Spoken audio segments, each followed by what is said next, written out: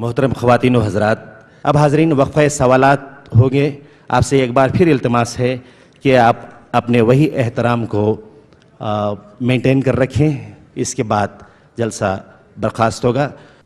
سوال یہ ہے کہ ہندوستان کے مسلمان پاکستانیوں کو بھائیوں سے بڑھ کر سمجھتے ہیں، لیکن یہ جذبہ پاکستانی بھائیوں میں اتنا نہیں ہے، ایسا کیوں؟ اس کی وضاحت فرمائیں۔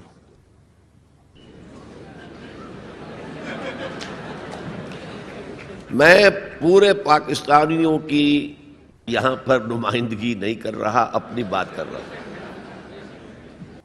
سوال یہ ہے کہ is it permissible for aged parents to stay with their married since?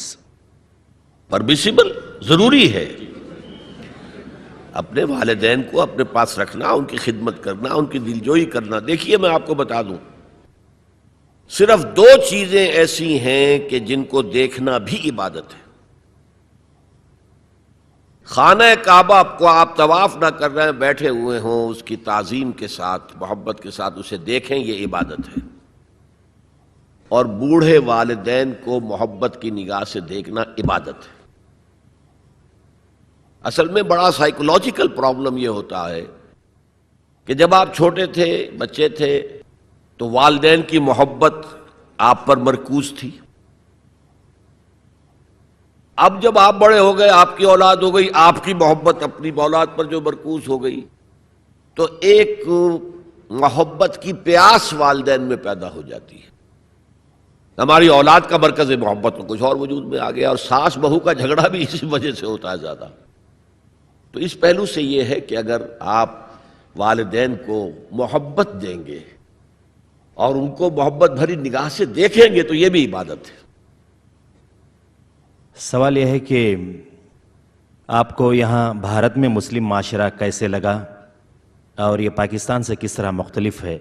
کم سے کم یہ بتائیں کہ یہاں مسجدوں کا منظر، نمازیوں کی تعداد، عوام کا رہن سہن وغیرہ اور دوسرے ثقافتی پہلو پاکستانیوں سے کس قدر مشترک اور مختلف ہیں؟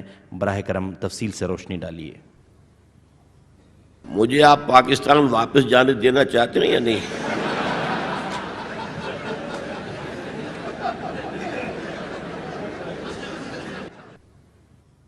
سوال یہ ہے کہ دل کی نماز کا اکثر چرچا ہوا کرتا ہے۔ جی؟ سوال یہ ہے کہ اکثر دل کی نماز کا چرچا ہوا کرتا ہے، یہ دل کی نماز کا مسئلہ کیا ہے؟ کیا یہ سچ ہے؟ میں تو واقف نہیں ہوں، آپ سے پہلی مرتبہ سنا ہے۔ یہ میں جانتا ہوں کہ نماز دل کے ساتھ پڑھنی چاہیے، دلی آمادگی کے ساتھ پڑھنی چاہیے، لیکن دل کی نماز کیا ہے یہ میرے علم میں نہیں۔ ایک اور سوال ہے کہ ہم غیر مسلم کے سامنے یہ کیسے بیان کر سکتے ہیں وضاحت کے ساتھ کہ حضور اکرم صلی اللہ علیہ وسلم نے کئی شادیاں کی تھیں، کبھی یہ بھی کہا جاتا ہے کہ 11 ان کی بیویاں تھیں، کس طرح ہم اس کی وضاحت ان کو کر سکتے ہیں؟ کیسے اس کا ہم ان کو جواب دے سکتے ہیں؟ جواب دیجئے کہ راجہ دشرتھ کی کتنی تھیں، حضرت داؤد علیہ السلام کی کتنی تھیں؟ یہ ہر دور کی بات ہے۔ پولی گیمی جو ہے دنیا میں ہمیشہ رہی ہے، اور خاص طور پر قدیم زمانے میں جو سردار ہوتے تھے وہ اس لیے بھی شادیاں کیا کرتے تھے زیادہ کہ مختلف قبیلوں سے ان کے رشتے قائم ہو جائیں، تو اس سے یہ کہ سیاسی مصلحت بھی حاصل ہوتی تھی۔ پھر حضور یہ بھی چاہتے تھے کہ عورتوں کے بارے میں میری تعلیمات زیادہ سے زیادہ خواتین آگے پہنچا سکیں میرے بعد۔ جیسا کہ میں نے کہا کہ عورتوں کے لیے تو اسوہ صرف ازواج مطہرات ہیں، اور شوہر اور بیوی کے جو بہت ہی یوں سمجھیے کہ انٹیمیٹ ریلیشنز ہوتے ہیں، وہ بھی ایک ضرورت ہے انسان کی کہ معلوم ہو شوہر جو ہے، شوہر بیوی روزے کی حالت میں کس حد تک جا سکتے ہیں، یہ معلوم ہونا چاہیے۔ کس سے آگے بڑھیں گے تو روزہ ٹوٹ جائے گا اور کفارہ دینا پڑے گا 60 روزے، تو ہوش ٹھکانے آ جائیں گے۔ لہذا یہ تو ساری چیزیں، جیسے کہ بعض صحابہ نے آ کر عرض کیا حضور سے کہ حضور یہ یہودی ہمارا بڑا مذاق اڑاتے ہیں کہ تمہارا نبی تمہیں بڑی چھوٹی چھوٹی باتوں کی تعلیم دیتا ہے۔ آپ نے فرمایا ان سے کہو ہاں، ہمیں تو ہمارے نبی نے طہارت کرنی بھی سکھائی ہے، وہ بھی زندگی کا ایک حصہ ہے، جسم پاک ہوگا تو عبادت ہوگی۔ لہٰذا یہ ساری چیزیں جو ہے وہ اس کے لیے بھی ضرورت تھی۔ خاص طور پر حضرت عائشہ کے ساتھ اس کے ینگ ایج میں شادی کی سب سے بڑی غرض و غایت، کیونکہ انہیں اتنا عرصہ ملا پھر بعد میں، اور وہ معلمہ امت بن گئیں، اور وہ جو فقہائے صحابہ ٹاپ کے ہیں ان میں ان کا شمار ہے۔ اس اعتبار سے عبداللہ ابن مسعود ہیں، حضرت عمر ہیں، حضرت علی ہیں، یہ ہے فقہائے صحابہ، اور ان میں ہی حضرت عائشہ صدیقہ رضی اللہ تعالی عنہ کا نام بھی ہے۔ پوچھا گیا ہے کہ ladies are forbidden to see غیر محرم but we are seeing you while you are preaching, can it be permissible? آپ نگاہیں نیچی رکھیں۔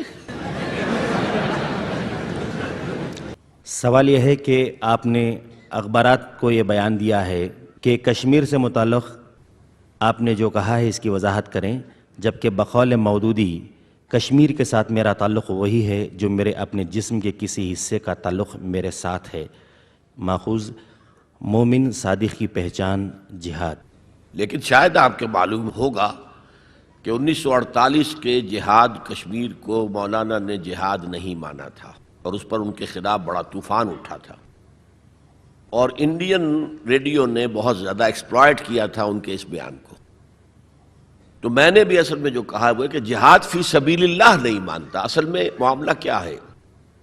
ایک جہاد ہے فی سبیل الحریت، آزادی کے حصول کے لیے، سیلف ڈٹرمنیشن کے حصول کے لیے جہاد، اور اس میں بھی میں بہتر یہ سمجھتا ہوں کہ اگر کشمیری اس طرح کا جہاد کرنا چاہیں تو پیسفل ذرائع سے کریں۔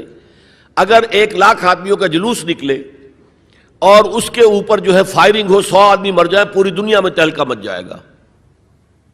انہیں سیاسی اعتبار سے جدوجہد کرنی چاہیے تھی۔ مجھے آپ حضرات کو زیادہ یاد ہوگا کہ اندرا گاندھی نے 2 منسٹریز کو ایک دم جو ہے برخاست کیا تھا، ایک آندھرا پردیش کی، وہ جو رام کا کردار ادا کرتا تھا ایکٹر، کیا نام تھا اس کا، این ٹی راما راؤ، اور ایک فاروق عبداللہ کی کشمیر کی۔ یہاں سے 2,00,000 آدمی جا کر اور منسٹر ہاؤس کا گھیراؤ کر کے بیٹھ گئے کہ تم کون ہوتی ہو؟ ہمارا الیکٹڈ وزیر اعلیٰ ہے، وہ نہیں اٹھیں گے یہاں سے جب تک کہ اپنا حکم واپس نہیں لیتی۔ انہیں واپس لینا پڑا، اور کشمیر سے اب اس کا ڈاکٹر فاروق عبداللہ کا بہنوئی آ کر بیٹھ گیا، جی میں حاضر ہوں جو حکم دے۔ کوئی ایجیٹیشن نہیں ہوا۔ یہ فرق ہے۔ آپ آرگنائز ہوں، آرگنائز کر کے ایک پیسفل انداز میں اپنا مطالبہ سامنے رکھیں، اور اگر اس میں پھر اگر گولیاں چلیں، اب کہتے ہیں 70,000 جو ہیں وہ شہید ہو گئے ہیں، مارے گئے ہیں، یہ ہوا ہے، اتنی عورتیں جو ہیں ان کی عصمتیں لوٹی ہیں، اتنے گھر جلے ہیں، اتنی دکانیں جلی ہیں۔ اگر پیسفل طریقے سے اس کا 10واں حصہ بھی قربانی دیتے تو اپنا مقصد حاصل کر سکتے تھے۔ یہ پروگرام اختتام کو پہنچے گا، بہت بہت شکریہ۔ أريد أفرح أريد أحيا أريد أفرح أريد أحيا أريد أحس بالدنيا أريد أحس بالدنيا